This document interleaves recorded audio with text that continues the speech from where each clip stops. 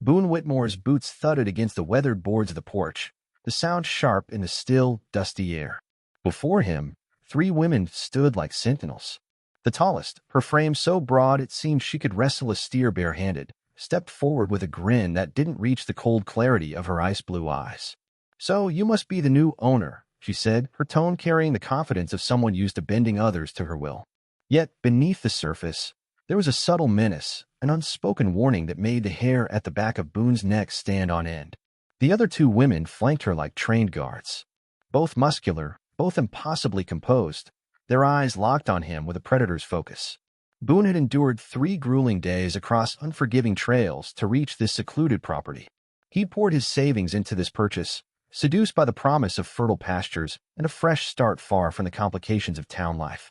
Now, standing in that dusty yard, the isolation he had sought felt suffocating, like a trap closing in around him. "There must be some mistake," Boone said, striving to keep his voice calm despite the growing unease crawling up his spine. "I'm the rightful owner. The deed is right here." He produced the paper, the official seal crisp under the harsh sunlight. The woman's smile widened, revealing teeth that seemed unnaturally sharp. "Oh, we know exactly who you are, Boone Whitmore. We've been waiting for you." A chill shot through him. How could they possibly know his name? The seller had promised discretion, assured him that no one else would be aware of the sale. "We've been here for some time," the second woman said, her voice deep, almost resonant, emphasizing her words with an authority that made Boone's stomach twist uncomfortably. The third, a freckled redhead, laughed softly, a sound that carried both amusement and threat. "The man who sold you this place didn't leave things unfinished. He made arrangements. Agreements that don't vanish just because someone else holds the title now." Boone felt the weight of their gaze, a tangible pressure against his chest. These weren't casual trespassers or confused neighbors. This was deliberate, calculated. His mind raced. Had the seller acted with hidden intent? What kind of arrangements were they speaking of? The leader's eyes gleamed with a predatory focus. "You'll follow our rules, Boone. That's how it works here." Her voice was deceptively light, but each word pressed down on him like a hammer. Boone's hand instinctively reached toward the rifle strapped to his horse, yet something made him hesitate. This isn't some flirtation, he realized. The implication was more than audacious, it was threatening. Something in the way they spoke, moved, and watched suggested he had stumbled into something far more intricate and dangerous than a simple land dispute. "I don't know what game you think you're playing," he said, his voice stealing despite the knot of anxiety coiling in his gut. "I paid for this land, and I'm not leaving." The tall woman chuckled, a sound stripped of warmth. "Boone, this isn't a game.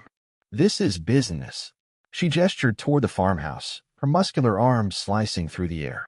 "The man who sold you this property owed us a debt. And debts like that don't just vanish because someone new comes along." The redhead stepped forward, her boots thudding against the steps. "Marcus Vance promised us certain things. Said he'd work alongside us, honor commitments beyond what's written on paper. When that fell through, he ensured the next owner would uphold them." "That's you." Boone's pulse spiked. Marcus Vance. That was the seller's real name. The details the women recounted were unnervingly precise. Even if the story held a shred of truth, no man could bind another to someone else's promises, especially promises of this nature. The second woman's low laugh cut through the tension. "You really don't get it, do you? Out here, so far from civilization, law or aid, rules are flexible. We decide the terms. We enforce them ourselves." Her emphasis on terms was deliberate enough to make Boone's skin crawl. His voice wavered but didn't break. "The deed is legitimate, registered, witnessed, and sealed. Whatever Marcus agreed to has nothing to do with me." The leader's smile vanished, replaced by a glacial stare that carried quiet menace. Legal papers meant nothing out here, not when the nearest sheriff was days away, and no one would intervene on behalf of a stranger. She moved closer, and Boone noticed the sheer scale of her, over 6 feet tall, arms corded with labor. Besides, the redhead interjected, Marcus left contracts. Agreements transferring obligations to anyone who takes over this property. She unfolded a sheet from her pocket. The official letterhead made Boone's stomach sink. Each revelation fit together, forming a picture far darker than a typical land dispute. He had been ensnared in a trap, carefully orchestrated by the previous owner. Yet there was something beneath their control, beneath the threats, something almost human. A trace of expectation, subtle tension, a layer of complexity beyond intimidation.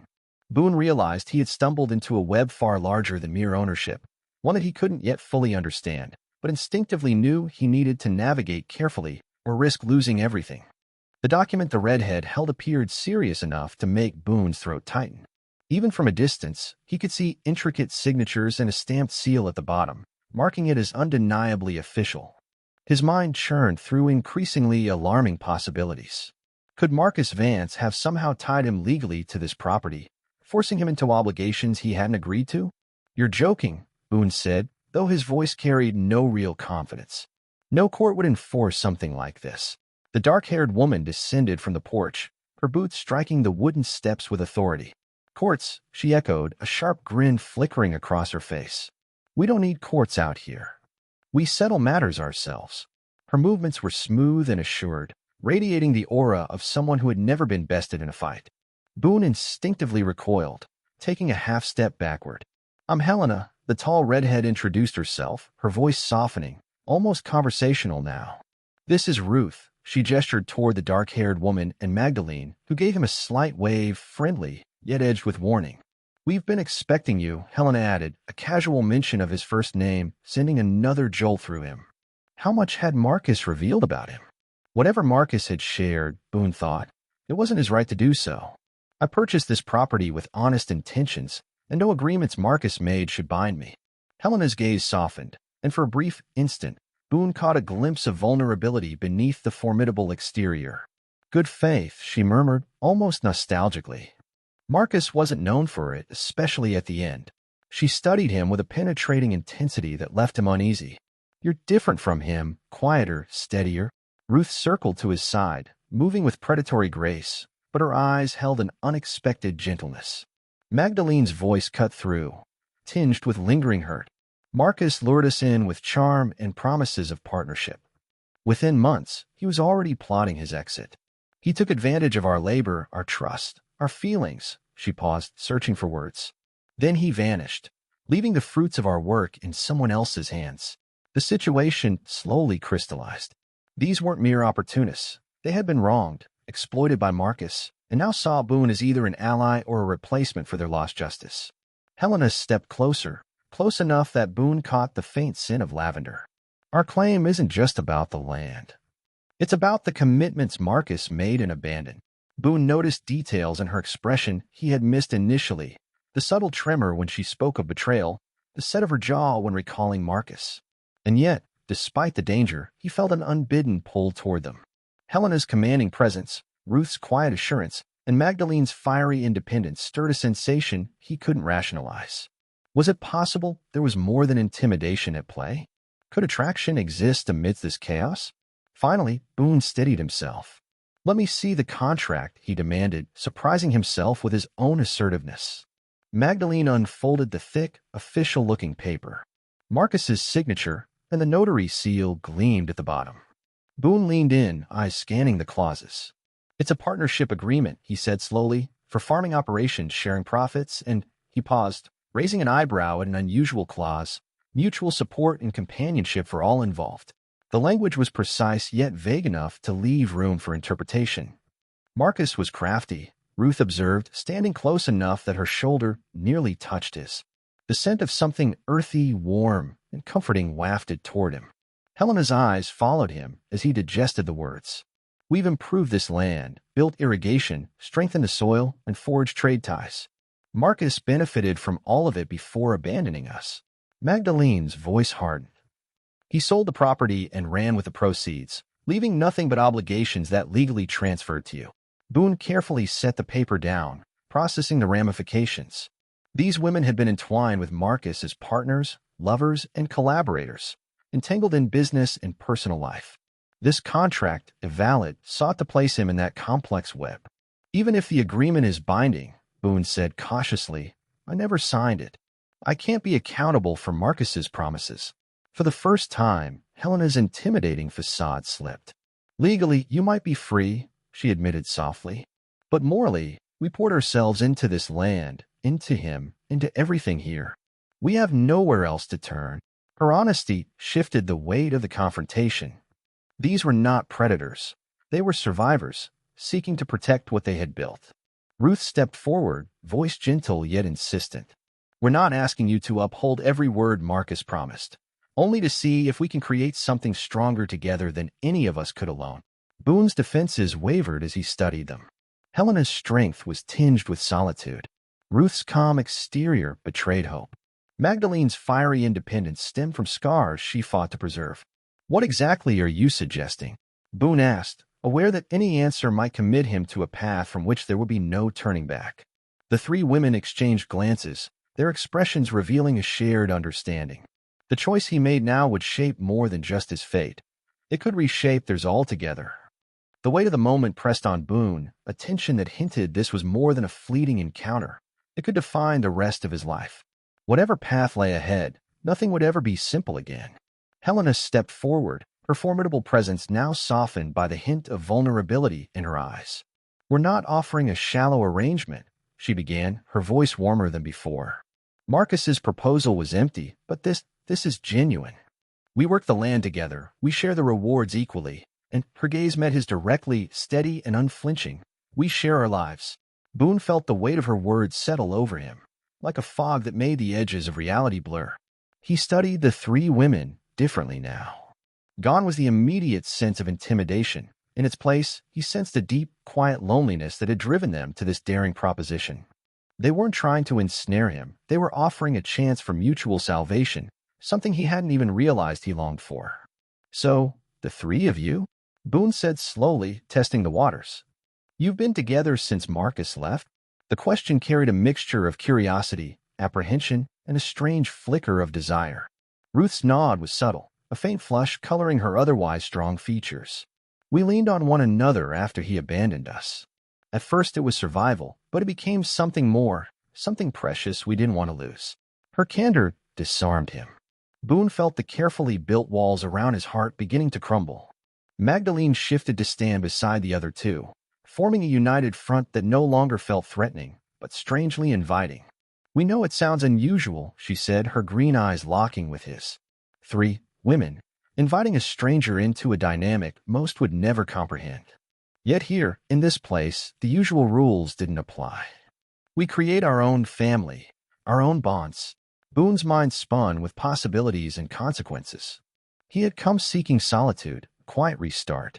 Yet what they offered was the opposite: connection, collaboration, and an intimacy deeper than anything he had imagined. His rational side warned him of the risks, but another voice, long buried, whispered that this might be exactly the life he needed. And the physical part? He asked, his voice rougher than intended. The question lingered in the air, heavy with potential. Helena's smile returned, genuine this time, reaching the depths of her eyes. Whatever feels natural to all of us, she said simply. No pressure, no demands. Just freedom to see what grows between us while we build something together. Boone was struck by the honesty of her words. This wasn't coercion or an obligation tied to Marcus. This was four people searching for comfort and connection in a world where conventional relationships often failed. And if it doesn't work, he asked, though already he felt his resistance slipping. There was something in Ruth's softened gaze, in Magdalene's fierce yet inclusive independence, in Helena's protective strength that drew him closer. We handle it like adults, Ruth replied with calm assurance. We've been watching you since you arrived. How you carry yourself, the respect you showed even when you were uneasy. We think it could work. We hope it does. Their openness, evaluating him as much as he had evaluated them, made the offer feel balanced, less like a trap, more like an opportunity. The late afternoon sun stretched shadows across the farmyard as Boone wrestled with the enormity of the decision before him. Everything about this was unconventional, challenging every assumption he held about his life. And yet, he couldn't deny the magnetic pull toward these three women who had appended his world. I need to understand what we're talking about, he finally said, his practicality asserting itself even as excitement thrummed in his chest. If this is a partnership, I need to see it, what we're building together. Helena's relief was subtle but visible, her confidence momentarily giving way to genuine warmth. Of course. Ruth, show him the irrigation system you designed. The pride in her voice was unmistakable, and Boone realized that this partnership, unlike anything he had imagined, might just be the life he had been unconsciously searching for. Boone could see the weight lift from their shoulders as he spoke, the tension in the room dissolving into something almost tangible. Relief softened Helena's rigid composure, and tears she had restrained for months finally escaped, tracing quiet lines down her face. Ruth reached out, her hand gripping his with a mix of gratitude and reassurance. Magdalene didn't speak, but the intensity in her eyes conveyed everything words could not. "I'm willing to help," Boone said, his voice steady, "but we need to do it properly. Full legal agreements, clearly defined responsibilities, shared decision-making, nothing left ambiguous. And on a personal level, we take things as they come. No forced closeness, no unrealistic expectations. Only what feels natural and right for all of us." Helena dabbed at her tears, the small smile returning as warmth spread across her features. "That's all we ever wanted," she admitted. "A true partnership with respect and equality, not just convenience or compromise." That evening, they stayed close, drawing plans for the future and imagining what could be. Boone realized that a day that had started with chaos and despair was now the first page of a chapter he never could have foreseen. 3 months later, Boone found himself back in the same yard where he had first met the 3 women who had irrevocably changed his life. The farm had transformed beyond anything they had imagined. New livestock, upgraded irrigation, and trade routes stretching across multiple regions. But beyond the tangible success, the 4 of them had settled into a rhythm that balanced work and connection seamlessly. Helena had become an indispensable ally in managing the farm, her strategic mind complementing Boone's financial expertise. Slowly, their professional respect blossomed into a bond grounded in trust and affection, a closeness neither had anticipated.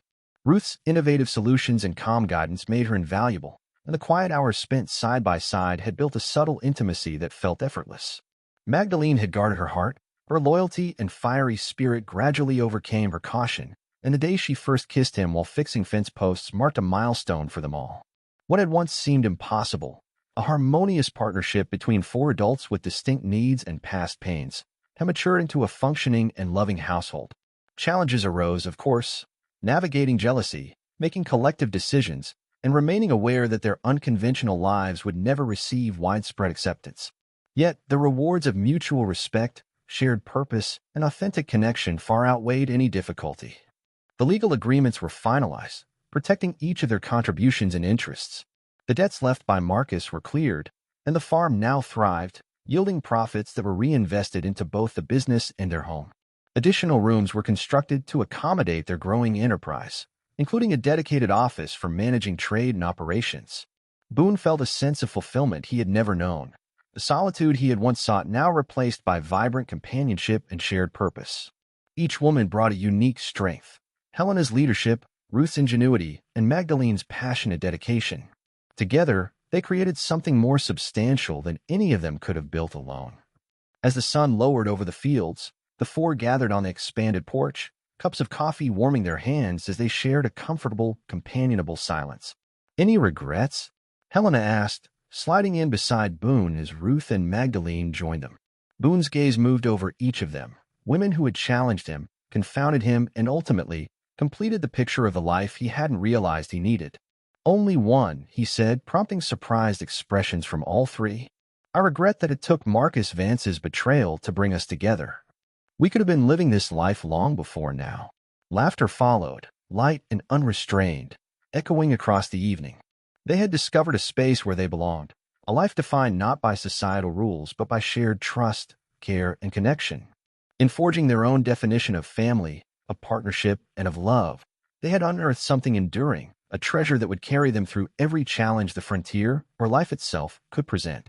If this story captivated you, tap the video on your screen for another unforgettable narrative of courage, unconventional alliances, and unexpected bonds. Don't forget to subscribe, and consider supporting through a super chat to help us continue delivering these extraordinary tales. Your encouragement makes all the difference. Boone felt an immediate sense of admiration for the deep bond shared by the 3 women as Ruth guided him through the expanse of their land. Every step revealed meticulous planning and thoughtfulness. The irrigation system alone left him astounded. Carefully dug channels funneled water from a natural spring, reaching cultivated plots brimming with vegetables and grains. "It took countless hours to figure this out," Ruth explained, her hands moving expressively as she recounted the obstacles she had surmounted. "Marcus might take credit when outsiders come around, but every detail here is our work. Her voice carried a mixture of bitterness at the memory of Marcus and pride in what she and the others had built. As they moved on, Magdalene showed him the livestock section, where well-fed cows grazed on lush pastures and a small, neatly arranged chicken coop provided a steady supply of eggs. "We've established trade connections with 3 neighboring communities," she said, a spark of satisfaction in her eyes. Her keen understanding of commerce was evident as she outlined profit margins and seasonal strategies. It's not just functioning, it's flourishing. Boone could feel the weight of their achievement. This was more than a farm. It was a fully realized enterprise sustained by vision, cooperation, and tireless effort. Returning to the farmhouse, Helena spoke of the 4-bedroom home they shared. "We've been using 3, but we always hoped." Her voice faded, leaving the unspoken thought lingering in the air. Inside the house, Boone was struck by the warmth and homeliness of the space. It wasn't extravagant, but every corner spoke of care and intention. The kitchen, roomy enough for group cooking, and the sitting area, filled with inviting furniture arranged for conversation, made it clear this was a place built for living, not just existing. Ruth's voice broke through his thoughts. "We don't expect an immediate answer. This is a huge choice, and we want you to be sure before committing." Yet Boone realized his decision had already formed in his mind. The attraction he felt went beyond physical appeal. The brush of Helena's hand sent his pulse racing, Ruth's smile made him feel truly understood, and Magdalene's fierce independence drew him in like a magnet. Above all, he felt a sense of belonging. That evening, as they prepared and shared a meal together, the air shifted from cautious tension to tentative camaraderie. Conversation flowed naturally, touching on agricultural methods, trade logistics, and frontier survival challenges. The women moved seamlessly around each other, their collaboration evident in every glance and gesture. As dishes were cleared, Helena's tone grew serious. "There's something else you need to know," she said. "Marcus left us with more than broken promises. There are financial obligations in our name that we can't cover alone." The revelation hit Boone hard. "What kind of obligations?" he asked, setting down the dish he'd been drying. Magdalene pulled a ledger from a drawer, her expression tense. "Supplies he ordered but never paid for. Equipment bought on credit. He leveraged our reputation with local traders and vanished before settling anything." She opened the book, and columns of numbers revealed a looming threat. "How bad?" Boone asked, bracing himself. "Bad enough that if we don't resolve it soon, we could lose everything," Ruth said quietly. "The traders have been patient because they respect our work, but patience has limits. If these debts aren't cleared within the month, everything we've built could vanish." Boone leaned over the ledger, his analytical mind kicking in despite the emotional weight of the moment. The figures were daunting, but not impossible. More importantly, the women's honesty struck him. They could have hidden this until he'd committed, yet they laid it all bare. "Marcus really did leave a mess," Boone said, his irritation toward the absent man growing. "But with careful planning, these debts can be managed." He looked up and met the eyes of all 3 women, seeing hope and trust reflected there. "If I can access funds from selling my previous holdings, we can stabilize this. I'm confident we can turn this around together."